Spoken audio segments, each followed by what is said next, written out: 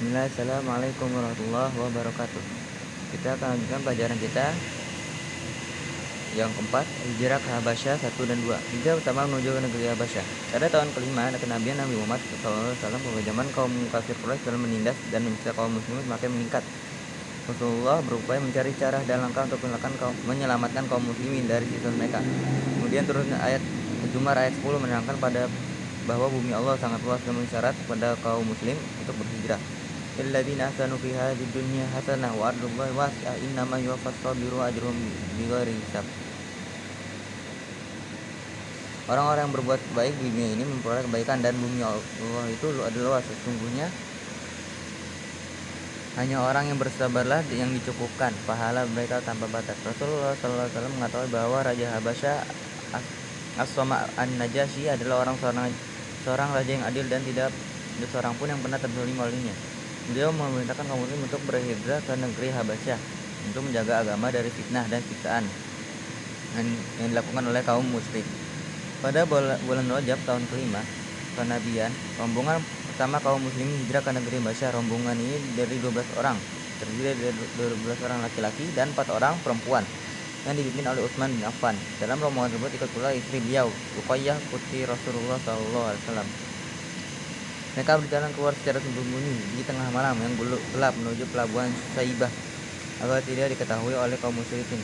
Ketika tiba di pelabuhan Syaibah, mereka mendapati 2 kapal dagang yang akan bergerak menuju Habasyah. Mereka pun menaiki kapal itu hingga sampai ke negeri Habasyah. Setelah orang kafir Quraisy mengetahui kaum muslimin hijrah, maka mereka segera mengejar, tapi mereka sudah terlambat dan kaum muslimin sudah sampai negeri Habasyah. Kaum muslimin mendapatkan sambutan hangat, perlakuan dan pelayanan baik dari Raja Najasyi. Kita sujud kaum musyrikin dan kaum muslimin yang kembali dari hijrah. Pada bulan Ramadan di tahun yang sama, tepatnya 2 bulan setelah rombongan pertama hijrah ke Habasyah, Rasulullah SAW pergi ke Masjidil Haram. Saat itu para pemuka dan pembesar Quraisy sedang berkumpul di sekitar Ka'bah. Rasulullah berdiri di antara mereka, kemudian tiba-tiba membaca surat An-Najm. Mereka tidak pernah mendengar ucapan indah ini sehingga terkagum-kagum akan lantunan ayat yang dibacakan Rasulullah. Mendengar dengan penuh hikmah dan khusyuk hingga ketika Rasul membaca ayat terakhir, saat itu fasjudu lillahi wa'budu. Rasulullah sujud pada Allah. Mereka tidak lagi mampu mengendalikan diri mereka sendiri. Kalamullah yang agung telah beruntukkan kesombongan jiwa mereka, hingga semuanya menundukkan diri bersujud kepada Allah. Setelah kejadian itu, mereka yang ikut sujud bersama Rasulullah mendapat cercaan dan hinaan yang dilakukan oleh orang-orang musyrik yang tidak ikut sujud. Mereka kemudian mendustakan dan mengada-ngadakan perkataan untuk menunjukkan Rasulullah bahwa beliau menyebut berhala mereka dengan ungkapan yang berisi sanjungan dan pujian yang indah. Mereka membuat kedustaan sebagai alasan untuk menutupi sujud mereka bersama Rasulullah SAW. Kabar tentang sujudnya kaum musyrikin bersama Rasulullah sampai kepada kaum muslimin yang berada di Habasyah. Akan tetapi kabar yang sampai kepada mereka berbeda dengan kenyataan. Mereka mengira bahwa orang kafir Quraisy telah masuk Islam. Mereka pun menyambut kabar ini dengan penuh sukacita dan berjalan untuk kembali ke Mekah secepatnya. Setelah hampir mendekati Mekah sebelum tengah hari, mereka mengetahui hakikat sebenarnya. Lalu sebagian mereka ada yang kembali ke Habasyah dan sebagian yang lain masuk ke Mekah secara sembunyi-sembunyi. Hijrah kedua ke negeri Habasyah. Siksaan dan penindasan yang dilancarkan kaum muslimin semakin meningkat karena mencela atas kelalaian mereka sujud bersama Nabi, dan juga kemarahan bahwa kaum muslim yang hijrah ke Habasyah mendapatkan perlakuan kebebasan beribadah, penghormatan, pelayanan yang baik dari Raja Najasyi.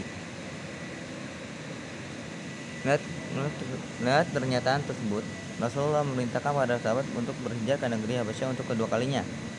Rombongan yang berhijrah pada gelombang kedua ini terdiri 83 laki-laki dan 18 wanita. Hijrah yang kedua ini jauh lebih sulit dari yang pertama karena orang-orang kafir Quraisy selalu mengamati dan mengintai setiap gerak kaum muslimin. Mereka meningkatkan pengawasan untuk menganggalkan kaum muslimin berhijrah, akan tapi dengan pertolongan Allah, kaum muslimin bisa sampai ke negeri Habasyah.